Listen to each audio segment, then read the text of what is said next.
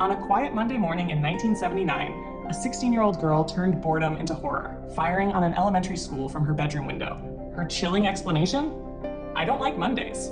What drove her to commit this unthinkable act, and what does it reveal about the cracks in society no one saw coming? Before we dive deeper into this chilling story, I want to take a moment to thank you for joining me here on X by X Confessions. Your support means the world, and I love bringing these shocking, thought-provoking tales to life for you. Now, I want to hear from you. What do you think motivates someone to commit such a senseless act? Drop your thoughts in the comments below, and let's start a conversation. While you're here, don't forget to smash that like button, and if you haven't already, make sure to subscribe to the channel and hit the bell icon so you never miss an update when we drop our next jaw-dropping confession. Your engagement helps keep this channel thriving, so thank you again for being part of the journey. Now, let's get back to the story. So there's this girl, Brenda Ann Spencer, living in San Diego in the late 1970s, a time when everybody thought kids were either dancing to disco or figuring out how to overthrow their parents with shag carpet revolutions. Brenda, though, wasn't doing any of that. She was 16, angry at the world, and living in a house with her dad, Wallace. Now, Wallace was the kind of guy who thought the best way to parent was to cross his fingers and hope for the best, like teaching a cat to drive a forklift. Brenda wasn't what you'd call your typical cheerful teenager. She wasn't listening to Fleetwood Mac and scribbling hearts around the names of dreamy boys in her Trapper Keeper. No, Brenda was brooding, skipping school and glaring at the universe like it owed her money.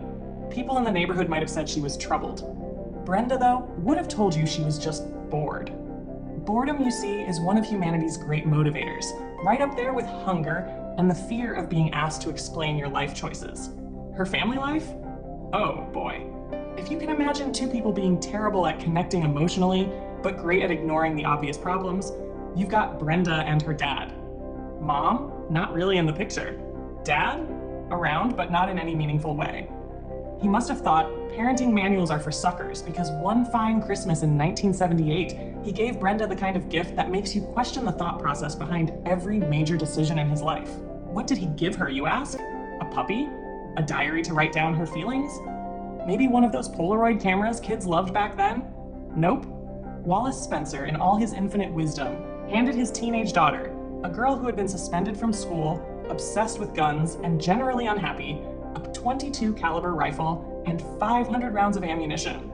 Merry Christmas, Brenda. Try not to shoot the neighbors. Now, Brenda wasn't exactly keeping her feelings a secret either. She liked to talk about how much she hated school and how she thought people were, let's say, not her favorite. There were hints, a whole buffet of red flags, really. But it was the 1970s, and maybe people were too busy watching Mork and Mindy or waiting in line for gas to connect the dots. So here we are, Brenda Ann Spencer, 16 years old, a rifle in her hands, ammo at her feet, and a head full of frustration, anger, and boredom. She was the human equivalent of a lit firecracker, and nobody thought to throw her in a bucket of water. What happens next? Well, let's just say that Monday morning would be anything but boring. So it's Monday morning, January 29th, 1979. Most people wake up dreading the start of the work week, but hey, it's nothing a strong cup of coffee or a convenient bout of food poisoning can't fix. Brenda Ann Spencer wakes up, though, and decides that this particular Monday isn't going to pass by quietly. Nope, she's got other plans. The Cleveland Elementary School across the street is bustling with kids, their backpacks bouncing, their lunchboxes clanging, and their tiny little voices screaming something about how recess isn't long enough. Brenda, sitting in her house, looks out the window, rifle in hand, and thinks, this'll do. Now, if you're wondering why a 16-year-old girl is sitting at her window with a gun on a Monday morning, congratulations! You're officially more perceptive than every adult in Brenda's life up to this point. Anyway, she picks up her brand new .22 caliber rifle, you know, the one Santa Wallace brought her for Christmas, and starts firing out the window. The bullets start flying and chaos ensues. The kids don't know what's happening. The teachers don't know what's happening. Even Brenda probably isn't entirely sure what's happening. But here's what we do know. This wasn't a random spur-of-the-moment bad decision like dyeing your hair green in your parents' bathroom. Brenda had 500 rounds of ammunition and what you might call a bad attitude. The principal, Burton Ragg, was the first to step up. Now, Ragg was one of those good guys you read about in overly sentimental stories. He ran straight into the gunfire, trying to protect his students, which is more bravery than most of us muster in a lifetime. Brenda shot him dead, She then turned her aim toward Mike Suchar, the custodian, who was also trying to help the kids. He died too. And those kids, 8 of them were hit by gunfire. 8. Kids who were probably still figuring out how to multiply by 7.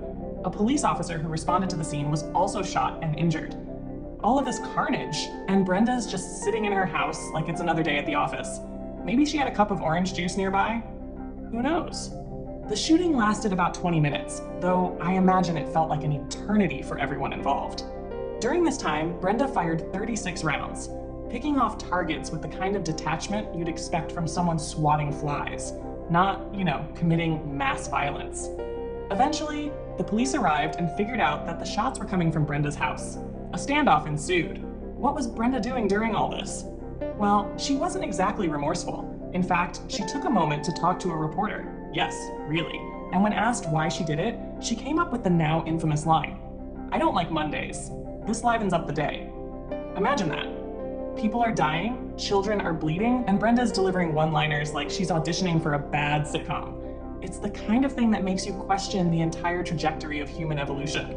The standoff lasted several hours, during which Brenda probably realized that her exciting Monday wasn't going to end with pizza and ice cream.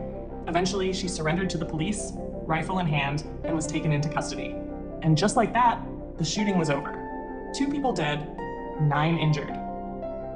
Countless lives shattered, and all because a bored teenager with a rifle decided she didn't like Mondays. So what's the moral of the story? Well, if you're waiting for one, don't hold your breath. Life doesn't always come with a tidy little bow or a happy ending. Sometimes it's just a mess, a bloody, tragic, incomprehensible mess. But hey, at least Brenda wasn't bored anymore. And so, the shooting ends. Brenda Ann Spencer, 16 years old and armed with more ammunition than common sense, is taken into custody. The reporters ask her why she did it, and she hands them that unforgettable zinger, "I don't like Mondays. This livens up the day." If ever there was a more casual way to summarize an atrocity, I haven't heard it. Brenda's quote made headlines. People were appalled, of course, but you have to admit it had the same dark poetry as graffiti in a bus station bathroom. Now, Brenda didn't exactly walk away from this unscathed. She was charged as an adult, because apparently, when you kill 2 people and wound 9 others, the justice system suddenly stops being lenient about your age. Her trial was brief and grim. She pled guilty to 2 counts of murder and 9 counts of assault with a deadly weapon, which is a fancy way of saying, yes, I did it, and no, I don't have an excuse.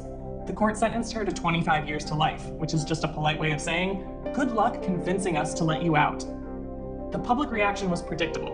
Shock, horror, a dash of, what is wrong with kids these days, sprinkled liberally over the nation's breakfast tables. Parents clutched their children a little tighter. Politicians made solemn speeches. And the Boomtown Rats, an Irish rock band that had nothing to do with San Diego, cashed in on the tragedy by releasing a hit song called I Don't Like Mondays. I imagine the royalties were quite lively. Meanwhile, Brenda settled into her new life in prison, which was probably just as exciting as her life on the outside, except now she had fewer windows to shoot from. Over the years, she's reportedly expressed regret for her actions, though whether it's genuine remorse or just something she says to spice up parole hearings is anyone's guess. Speaking of parole, she's had a few hearings, and each time the answer has been the same, no. Can't blame them. I don't like Mondays doesn't exactly scream rehabilitation. As for the rest of us, we were left to pick up the pieces, or at least to pretend like we knew how. People started asking the big questions. How does a teenager end up with a rifle and 500 rounds of ammunition? Answer, terrible parenting. Why didn't anyone notice the warning signs? Answer, because the 1970s were basically one giant warning sign. And what can we do to stop this from happening again? Answer, we're still figuring that out, aren't we? In a strange way, the Cleveland elementary school shooting became a kind of cultural footnote, a cautionary tale we pull out when we want to feel superior about how much we've supposedly learned since then. But here's the thing, have we really? Because the years roll on and the headlines don't seem to change much. New names, new places, same old questions. The only real legacy of that Monday morning in 1979 is a lingering sense of futility. We can analyze Brenda's life, her motives, and her infamous quote until we're blue in the face, but none of it will bring back Burton Ragg, Mike Suchar, or the innocence of the kids who were shot that day. What we're left with is the sad truth that sometimes life doesn't make sense, and sometimes people don't either. But if there's one thing Brenda's story does remind us, it's this. Never underestimate the power of boredom, because in the wrong hands, it can be deadly. And so life went on. That's the funny thing about tragedy. It never stops the clocks. The world keeps spinning, people keep eating breakfast, and Mondays keep happening whether we like them or not. But the Cleveland elementary school shooting didn't just disappear into the abyss of history. It left behind a legacy, or at least a big mess for the rest of us to clean up while we pretend we know what we're doing. First, let's talk about awareness. After Brenda Ann Spencer pulled the trigger, everyone suddenly realized, hey, maybe giving guns to teenagers who hate everything isn't such a great idea. That was the first big takeaway. A little late perhaps, but better than never. People started having very serious conversations about mental health and firearms, which usually ended with everyone agreeing that yes, this was a bad combination, and then doing absolutely nothing about it. Of course, there were debates, the debates, about how we could stop this kind of thing from happening again.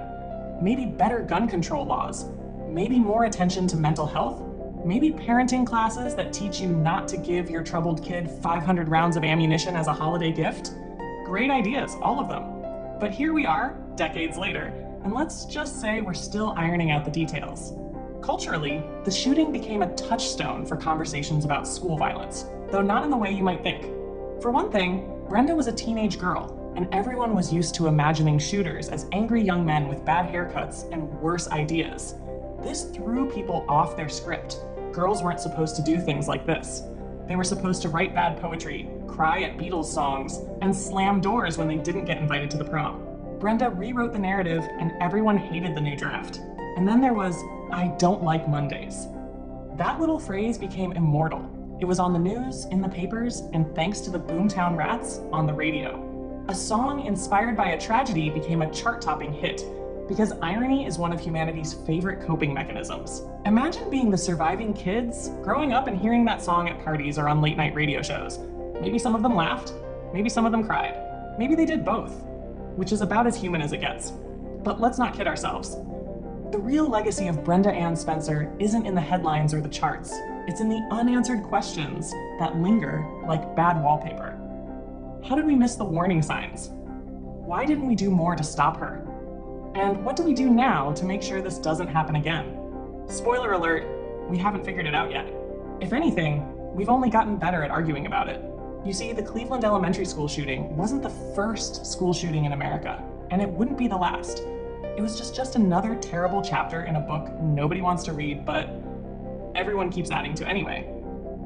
It taught us some lessons, sure, but they were the kind of lessons we're doomed to keep relearning because we're too busy pretending we've already learned them. So here we are, decades later, still trying to make sense of a senseless act, still asking why, still hoping for answers, and still somehow surprised when the same thing happens again.